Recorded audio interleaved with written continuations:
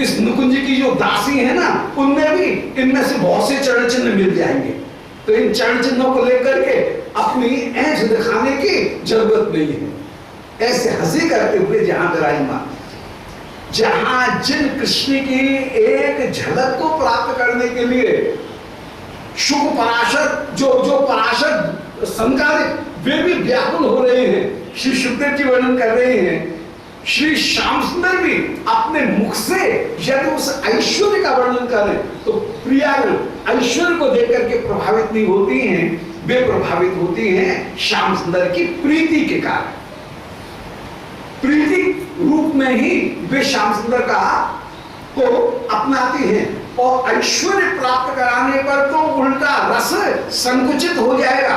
इसलिए ऐश्वर्य का दर्शन कराने पर, ऐश्वर्य का प्रसंग आने पर भी ऐश्वर्य को नकारती हुई विराजमान होती हैं और सर्वदा कहती हैं, ना किसी भी स्थिति में तुम ईश्वर हो ही नहीं, तुम तो हमारे प्यारे, यही मानती। ये ब्रज प्रेम की अपूर्वता दिखा रहे हैं कि यहाँ श्री यशोदा मुख में संपूर्ण विश्व रूप का दर्शन करें, परंतु कभी भी ये मानने के लिए तैयार नहीं है कि कृष्ण ईश्वर है। सामने दर्शन करके भी कृष्ण को ईश्वर नहीं, मेरा बेटा ही है। और ये ऐश्वर्य का दर्शन करके मेरे हृदय में तो उल्टी और व्याकुलता उत्पन्न हो जाती है कि क्या मैं अलाय बलाय देख रही हूं। ऐसे ही शिवप्रिया जी कह रही है, ना ना ये चरण चिन्ह ये तो यूं ही है, इनका क्या है, ये तो हमारे यहाँ की सब सखियों में प्राप्त है। सिद्धांत तो ठीक, पर रस में ऐश्वर्य की ओर ध्यान नहीं है, रस में ध्यान है श्याम सुंदर के प्रेम की ओर ही। पुनः सुन लें कि कथम अप्रीतिम अभिपद्य से प्रिय, हे प्रिय आप मेरे ईश्वरता में क्यों विश्वास नहीं करती हो। कले देखो मैं प्रमाण दे रहा हूं, ईश्वरोस्मि, मैं ईश्वर हूं। और ऐसा कहकर के नारायण के चरण चिन्हों का जो ध्यान वर्णन किया गया कि संचिंते भगवत चरणारविंदम वज्रान कुशस ध्वज सरो लांछनाढ्यम, वे सारे के सारे चरण चिन्ह देखो मेरे पास में है कि नहीं, फिर भी मैं ईश्वर हूं, इस बात पर तुम विश्वास क्यों नहीं करती हो। तो शिवप्रिया जी कह रही है, नहीं नहीं रहने दो, देख लिए ऐसे चरण चिन्हों को देख करके क्या हम प्रभावित हो जाएंगे क्या। क्योंकि इति ईदृशः स्वपदांक संपदम इमाम, बोले ऐसी पदांक संपदा तो इमाम मन मेरे चरणों में विद्यमान है, हमारे यहाँ की सारी सखियों के चरणों में ये ऐसी संपदा अपूर्व रूप से विराजमान है। तो किम अग्रहण, क्या तुम इनको ग्रहण नहीं कर रहे हो। तथापि लब्धदर गौरवोप्यभू, ऐसा विचार करके न तथापि लब्धदर गौरवोप्यभू, ऐश्वर्य का साक्षात दर्शन करते हुए भी श्री स्वामिनी विश्वानंदिनी रासेश्वरी श्याम सुंदर के प्रति जरा भी आदर प्रकट करने वाली, संभ्रम प्रीति प्रकट करने वाली नहीं होती है, बल्कि निज प्रीति प्रकट करने वाली ही होती है। संभ्रम प्रीति नहीं है, निज स्नेह प्रीति ही श्री राधिका में परिपूर्ण रूप से विराजमान है। ऐसे श्री श्याम सुंदर के चरण चिन्ह शिवदेव जी गायन कर रहे हैं उस वृक्ष के ऊपर बैठ करके, और श्री प्रियालाल की उस रूप माधुरी का, विशेष रूप से श्याम सुंदर की रूप माधुरी का यहां गायन कर रहे हैं। अब श्री श्याम सुंदर की जंघा, उनकी शोभा का वर्णन कर रहे हैं। आहा, श्री श्याम सुंदर की रासेश्वर की जो अपूर्व जंघा है, उस जंघा की शोभा का क्या वर्णन किया जाए।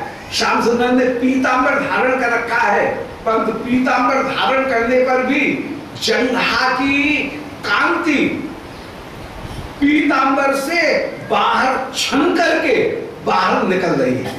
जंघा की जो कांति है वो जंघा की नील कांति, नील किरणें वो पीतांबर से भी छन छन करके बाहर निकल रही है। कि तन जान जात सुषमा पटावृता, श्री श्याम सुंदर की जानू माने जंघा की जो सुषमा है,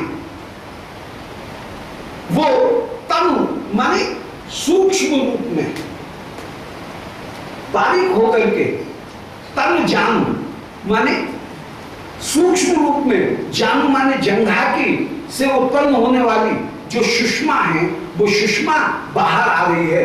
जंघा की जो अपूर्व कांति, नील कांति वो बाहर आ रही है। यद्यपि वो नील कांति पटावृता, पीतांबर से, धोती से ढकी हुई है। श्याम सुंदर ने जो धोती धारण कर रखी है उससे पट से आवृत है, परंतु फिर भी जंघा की जो सुषमा है वो बाहर निकल रही है।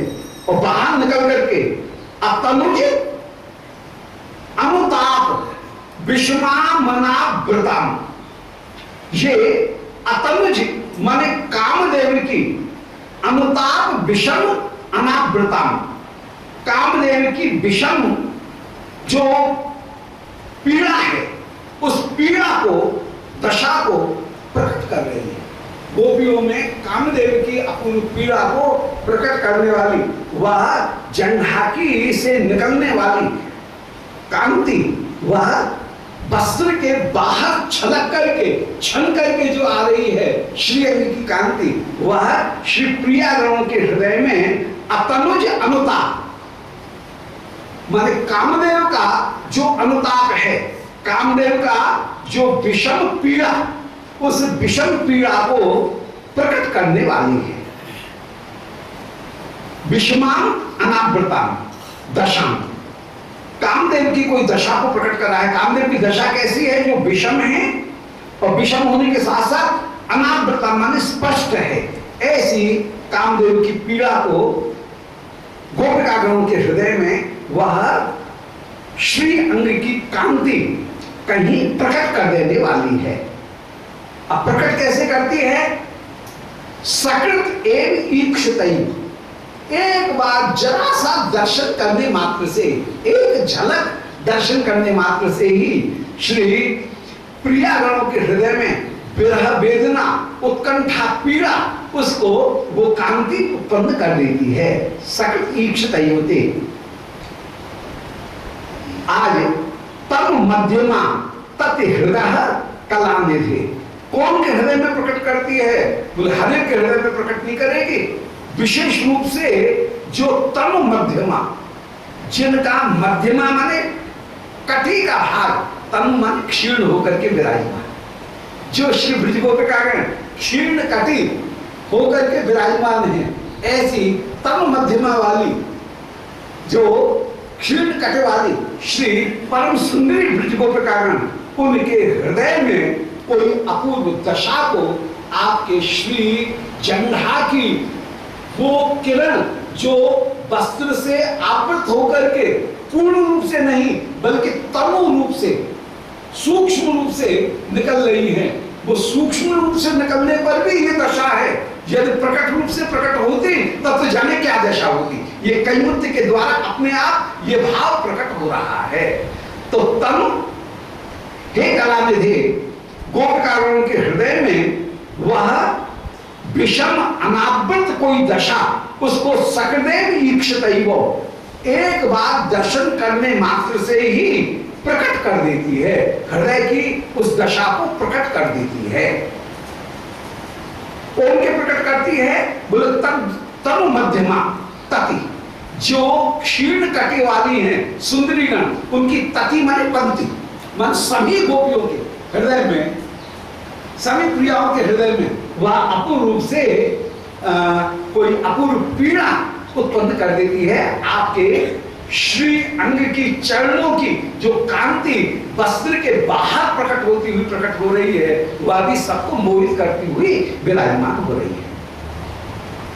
बड़ा सुंदर श्लोक दोबारा अनुसंधान कर लें कि तनु माने सूक्ष्म रूप में, जानो जात, आपकी श्री जंघा से प्रकट होने वाली, सुषमा माने जो शोभा है, वह यद्यपि पटावृता, वस्त्र से आवृत होकर के वो सुषमा विराजमान है, परंतु वह अतनुज, अतनुज माने बिना शरीर वाला। बिना शरीर वाला कौन है? जिसको कामदेव ने भस्म कर दिया। अतनुज माने कामदेव। उस कामदेव की अनुताप विषम अनावृताम, अनुताप के विषम दशा को, पीड़ा की विषम दशा को उत्पन्न कर देती है, तनुते विस्तृत कर देती है। अनावृताम माने स्पष्ट पीड़ा उनके मुख पर, गोपकारों के मुख पर चमकने लगती है। तो अतनु, अतनुज अनुताप विषम अनावृताम, अतनुज माने कामदेव के अनुताप माने पीड़ा को, जो विषम पीड़ा है, और अनावृता माने स्पष्ट विषम पीड़ा, ऐसी दशा को तनुते वह प्रकट कर देती है। ये दशाम का विशेषण है। सकृदेव वीक्षित, एक बार, सकृत माने एक बार देखने मात्र से ही वे व्याकुल हो जाती हैं। और ते तनु मध्यमा तते हृदय, आपकी वे जो गोपिकागण हैं वे एकदम व्याकुल हो जाती हैं। वे गोपिकागण कैसी हैं? बोले तनु मध्यमा, जिनके क्षीर्ण कटी है, ऐसी वे गोपिकागणों की तति माने समूह आपकी उस अंग कांति को, श्री अंग की कांति को देख करके एकदम विकल हो जाती है। हे कला निधि, आप कला के निधि होकर के विराजमान। यहां पर अतिशयोक्ति अलंकार का प्रयोग किया गया है कि सारी बाधाएं उपस्थित हैं, फिर भी वह शोभा जब इतने से मात्र में भी व्याकुल कर देती है, जब उसे बंधनों से मुक्ति की प्राप्ति हो जाए तब तो उसका कहना ही क्या। जब पट से आवृत होने पर भी, थोड़ी सी निकलने पर भी वह परम पतिव्रतागणों के भी हृदय को व्याकुल कर देती है, तो जब आपकी शोभा संपूर्ण रूप से वे देखेंगी, कभी कटाक्ष मात्र से अभी दर्शन किया है, कनखियों मात्र से आपकी ओर देखा, जब वे नयन भर करके आपको देखेंगी तब तो उनकी दशा क्या होगी, ये अपने आप ही ये भाव प्रकट हो रहा है। तो अतिशयोक्ति अलंकार जो है वो अतिशयोक्ति अलंकार यहाँ पर प्रकट हो रहा है कि जो उपमेय है उसकी अतिशय श्रेष्ठता जहां पर प्रकट की जाए उसका नाम है अतिशयोक्ति अलंकार। उपमा और अतिशयोक्ति में यही अंतर है। उपमा में उपमान की श्रेष्ठता होती है, उपमेय उतना श्रेष्ठ नहीं होता, पर अतिशयोक्ति वहां होती है जहां पर उपमेय अत्यंत अत्यंत श्रेष्ठ होता है। जब ये कहा जाए कि नायिका का मुख चंद्रमा के समान है तो चंद्रमा ज्यादा श्रेष्ठ हुआ, परंतु जहां ये कहा जाए कि आहा चंद्रमा नायिका के मुख जैसा है, वहां पर अतिशयोक्ति होगा, क्योंकि सर्वदा तुलना जो की जाएगी वो छोटी वस्तु से नहीं की जाएगी। काव्य शास्त्र की एक पद्धति है कि काव्य शास्त्र में सर्वदा उत्तम उपमान से ही तुलना की जाती है। निम्न उपमान से यह तुलना की जाए तो वह काव्य का एक दोष हो जाए। इसलिए उपमान सर्वदा नियंत्रण, उपमान उपमेय से श्रेष्ठ होता है, परंतु जहां उपमेय की श्रेष्ठता स्वीकार की जाए, उपमान की श्रेष्ठता स्वीकार नहीं की जाए, वहां पर उल्टा होने के कारण अतिशयोक्ति अलंकार हो जाता है। और यहाँ पर श्री जंघा की जो शोभा है वो इतनी प्रकट हो रही है कि उसकी श्रेष्ठता स्थापित की जा रही है, और श्रेष्ठता को स्थापित करते हुए कह रहे हैं कि सारे आवरण विद्यमान हैं, परंतु आवरणों के विद्यमान होने पर भी ब्रज गोपिकाओं के चित्त को भी वह जंघा की एक छन करके आने वाली जो भंगिमा है वह भी गोपिकाओं को मोहित करती हुई विराजमान। जब नयन भर के उसका दर्शन करेंगे तब तो फिर कहना ही क्या। आवरण से युक्त होने पर, ढके होने पर भी, पर्दे में होने पर भी उनकी शोभा अतिशय प्रकट हो रही है। इसलिए कला निधि, हे कला निधि, आप परम परम कला के निधि होकर के, संपूर्ण शोभा के निधि होकर के ही विराजमान। आगे श्री शुक कविता का गायन करते हुए श्री श्याम सुंदर की शोभा का आगे वर्णन कर रहे हैं कि अतपीन वृत्त रुचिरो रोचशा जगती सती ही अपि रतीश बिल्लिता सहसा विधाय सहसा धरामृतई स साधु ताभिरपि देव तिम्यसी। बोले हे देव, आपकी महिमा का क्या निरूपण करें। श्री प्रियागणों के साथ में जब आप विराजमान हैं और श्री प्रियागणों के अधरामृत का आप पान करते हुए विराजमान हैं, उस समय आप उनके अधरामृत से स्वयं को भी तिम्यसी माने तृप्त करते हुए विराजमान होते हो। तिम्यसी माने आर्द्र करते हुए विराजमान होते हो, तृप्त करते हुए, रसिक करते हुए विराजमान होते हो। तिम्यसी कहते हैं भीगना, आप उस रस में भीग जाते हो। प्रियाओं का अधरामृत पान करते हुए आप रस में स्वयं डूब जाते हो। हे श्री श्याम सुंदर, आपके अधरामृत का विचार करके, दर्शन करके ये गोपिकागण अत्यंत अत्यंत व्याकुल हो जाती हैं और प्रार्थना करने लगती हैं। अधर सीधुनाप्यायस्नः सुरतवर्धनम शोक नाशनम सुरत वेणुना सृष्टि चिन्वितम इतर राग विस्मारणम बितर वीर नस्ते धरामृतम। बोले हे वैद्यराज जी, हे धन्वंतर प्रतिम, हे वैद्यराज, हम अत्यंत अत्यंत व्याकुल हो रही हैं और हे वैद्यराज जी, हम आर्त होकर के, रोगिणी होकर के आपके पास में अपने कष्ट को, पीड़ा को, काम पीड़ा को दूर करने के लिए आपके पास में आई हैं। आपके पास में तो बड़ी औषधि हैं। श्याम सुंदर जरा ऐठ करके बोले, अजी साहब, हमारे यहाँ की औषधियों की क्या कहना, हमारी डिस्पेंसरी में तो बड़ी ऊंची ऊंची औषधि विराजमान है। गोपिकागण प्रार्थना कर रही है कि हमने सुना है दूसरी जगह जो औषधि नहीं है, ऐसी कोई पेटेंट तो बड़ी अद्भुत अलौकिक औषधि आपके पास में विराजमान है। कौन सी? बोले आपकी अधर अमृत रूपी अमृत औषधि कोई विराजमान है, रसायन विराजमान है।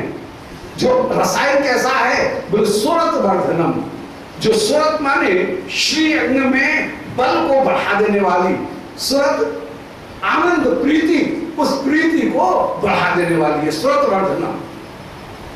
बोले हाँ, हमारे पास में तो ऐसी बहुत सी औषधि हैं। गोपिकागण कह रही हैं कि शोक नाशनम, ये ऐसी रसायन है जो शरीर को पुष्टि ही नहीं करती है, सुरत वर्धन ही नहीं है, बल्कि शोक नाशनम, शोक को भी दूर कर देने वाली है, सारे कष्ट को भी दूर कर देती है।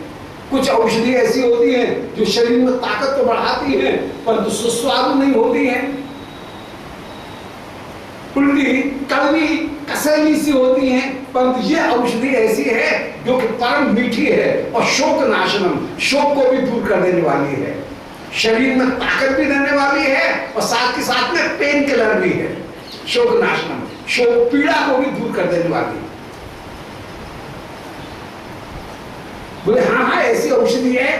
बोले ये औषधि बड़ी प्रयोग के द्वारा सिद्ध औषधि है, क्योंकि हमने देखा कि रूखी, पोली, छेद छिद्रयुक्त जो बेणु थी, उस बेणु को तुमने इस औषधि को, अधरामृत रूपी औषधि को पिलाया और अधरामृत रूपी औषधि का पान करते ही वो मरी मराई सी, पोली सी जो बेणु थी वो भी गरजने लगी।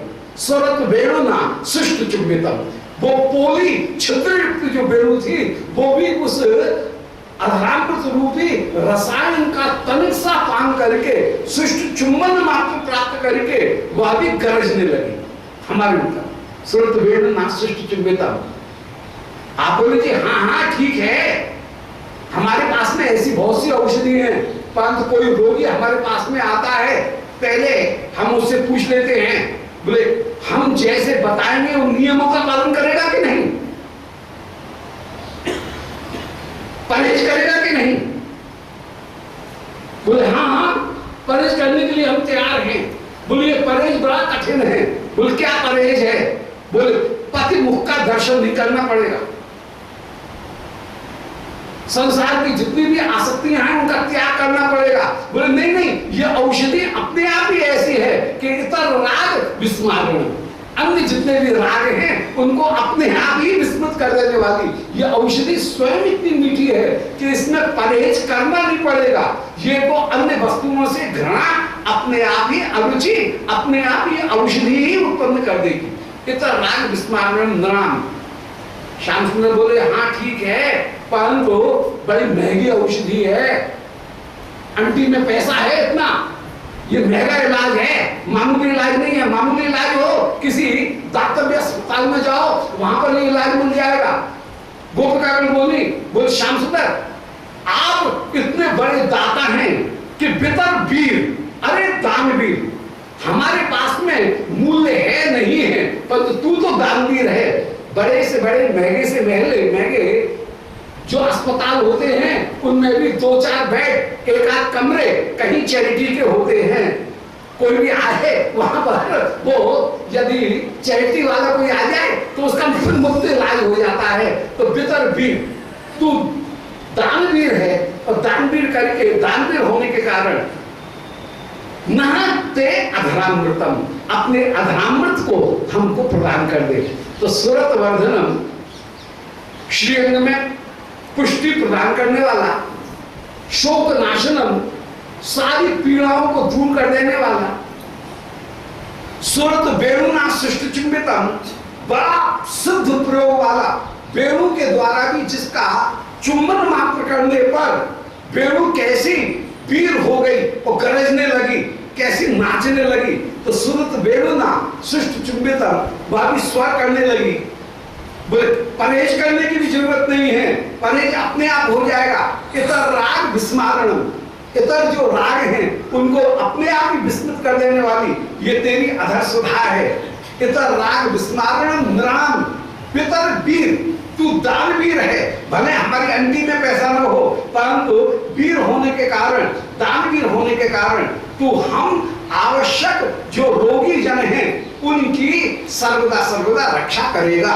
क्योंकि जो चिकित्सक है वह यह प्रतिज्ञा करके विराजमान होता है, वो एक प्रतिज्ञा लेता है, एक ओथ लेता है कि भाई मैं रोगी के हित का सबसे पहले ध्यान रखूंगा और किसी दूसरी चीज का मैं ध्यान नहीं रखूंगा। ये उसको ओथ लेनी पड़ती है, उसको कहीं प्रतिज्ञा करनी पड़ती है। तो भीतर वीर, तू वीर है और तूने रोग, चिकित्सक है तो चिकित्सक का पहला कर्तव्य है कि रोगी चाहे कैसी भी किसी श्रेणी का कोई भी हो उसका वो विचार नहीं करेगा, न धन का विचार करेगा, न उसके वंश कुल इनका किसी का भी विचार नहीं करेगा। एक चिकित्सक उसका एक कर्तव्य है कि उसके सामने जो रोगी आया है उस रोगी के जीवन की रक्षा करने के लिए वो प्रयत्न करे। तो भीतर वीर, तू वीर है, धर्मवीर है। नस्ते धरामृतम, अपने अधरामृत को, इस महत्वपूर्ण औषधि को तू कृपा करके हमको प्रदान कर। यहां पर उसी भाव को धारण करके श्री सुखदेव जी वही वचन कह रहे हैं कि श्याम सुंदर आपके अधरामृत तो ऐसे हैं जो कि बड़े बड़े जो सुंदरी गण हैं, उन बड़ी बड़ी सुंदरी गण उनके भी हृदय में यह अधरामृत का दर्शन करके इसका लोभ उत्पन्न कर देता है। इसका माधुर्य गोपिका गणों के हृदय में लोभ उत्पन्न कर देता है। परंतु जैसे एक सैनिक कई बार शस्त्र के प्रहार से बचने के लिए मोटा कवच धारण करके आता है, बख्तर उनको धारण करके जैसे आता है, कवच उनको धारण करके जैसे आता है, इसी प्रकार ये सुंदरी भी कैसी हैं। बोले विधाता ने कहीं ये श्याम सुंदर के अधरामृत का दर्शन करके मोहित न हो जाए, इसलिए इन सुंदरी गणों ने भी आज अपने हृदय के ऊपर मोटे कवच उनको धारण कर रखा है बलिहारी। तो अति पीन वृत्त रुचिर उन रोचशा, अत्यंत पीन सुपुष्ट वृत्त वर्तुल आकार के, रुचि माने जिनकी अंग कांति है, ऐसी रुचिर उन रोचशा जो अपनी श्रीअंग उन श्रीअंग की कांतियों से युक्त हैं, अर्थात जिन्होंने श्रेष्ठ कवच धारण कर रखे हैं। परंतु कवच धारण करने पर भी कुछ नहीं हुआ, तेरे अधरामृत की मधुरमा ऐसी कि कवच का भेद करके भी वह इन गोपिकागणों के हृदय में पहुंच करके हृदय में भी कामदेव की पीड़ा उत्पन्न कर देती है। भले कितने भी मोटे से मोटे कवच इन्होंने धारण कर रखे हो, सुपुष्ट कवच धारण कर रखे हो, परंतु कवच धारण करने पर भी श्याम सुंदर के अधरामृत की जो मधुरमा है, वो मधुरमा रूपी बाण इन गोपिकागणों के हृदय में घुस करके और इनके हृदय को पीड़ा से युक्त कर देता है। तो अतिपीन वृत्त रुचि रुचिर पूर्वरोचशा, जो वक्षस्थल की अंग कांति है, उस अंग कांति से युक्त होने पर भी जगती सती ही अपनी, संसार की जितनी भी जगती की सती गण है, उन सती गणों को भी रतीश बेलता, वे सतीगण भी रतीश माने कामदेव से, बेलित माने तड़फड़ा जाती हैं। बेली धातु जो है वो चेष्टा में, तड़फड़ा देने में, व्याकुल कर देने में युक्त हो जाती है। एक शब्द का प्रयोग करते हैं अलबेले। अलबेले का तात्पर्य है, अल माने अलंकृत रूप से, बेले माने जो चेष्टाएं करवा दे, विभिन्न अनुभावों को प्रकट कर दे। अल माने अलंकृत रूप से, बेल माने चेष्टा, रस में प्रवृत्त करा दे, उसका नाम अलबेला। तो वे तू अलबेला होकर के विराजमान है और श्री प्रियागण उनके हृदयों में अपने मधुर मुस्कान, अपने अधरामृत, उन अधरामृत के द्वारा तू जो बाण मारता है, वो बाण दीर्घ दीर्घ तरंग न्याय से गोपकारों की आत्मा को भी व्याकुल करते हुए विराजमान हो जाता है और वे रतीश बेल देता। वह रतीश माने कामदेव, उनसे बेल माने व्याकुल हो जाती हैं, तड़फड़ा जाती हैं। ऐसी गोपियों को सहसा विधाए, व्याकुल करके सहसा मृतामृत, सहसा अधरामृत सह साधता भी अपिदेवत्यसी, तू उनको व्याकुल कर देता है, फिर सहसा अधरामृत, फिर उनको अधरामृत का पान करा करके उनकी उस विरह पीड़ा को तू जब शांत करता है, तब ताभी सह, उनके साथ में हे देव आप भी तिम्यति, आप भी रस में आर्द्र हो जाते हो। पहले स्वयं को अपनी मधुरमा के द्वारा पीन वक्ष रूपी कवच को धारण करने वाली प्रियाओं के भी हृदय में अपने कटाक्ष मंद मुस्कान रूपी बाण के द्वारा दीर्घ दीर्घ तरंग न्याय से उनके हृदय को छेद करके उनको व्याकुल करते हो, और जब वे व्याकुल हो जाती हैं तब तुम उनको अपने अधरामृत रूपी महा औषधि को जब वे प्रार्थना करने लगती हैं कि सुरत वर्धनम शोकनाशनम सुरत वेदना सुश्रुतिमितम इतर राग विस्मारणम नराम विदर्भी नस्ते धामृतम, उस समय तुम उनको अपने अधरामृत का जब पान कराते हो, तो अधरामृत का पान कराते हुए ताभी सह, उन गोपिकागणों के साथ में, उन प्रियागणों के साथ में तुम भी हे देव तिम्यसी स्वयं भी रससिक्त हो जाते हो। तिम्यसी माने भीग जाते हो, रस में स्वयं भीग जाते हो, रससिक्त होकर के उन रस का पान करते हुए विराजमान होते हो। ऐसी आपकी महिमा, जो पहले तो दीर्घ दीर्घ तरह न्याय से गोपिकागणों के हृदय को छेदते हो, उनमें रतीश व्यंजता, उनको कामदेव से व्यंजित माने तड़फड़ाती हुई बनाते हो, और फिर अपने अघामृत का पान कराते हुए उनको धैर्य प्रदान करते हो, साथ के साथ में स्वयं भी उस अघामृत के द्वारा आप रससिक्त होकर के विराजमान होते हो, उस रस का आस्वादन करते हो। तो सहसा विधायक उन गोपियों को सहसा बना करके अघनाम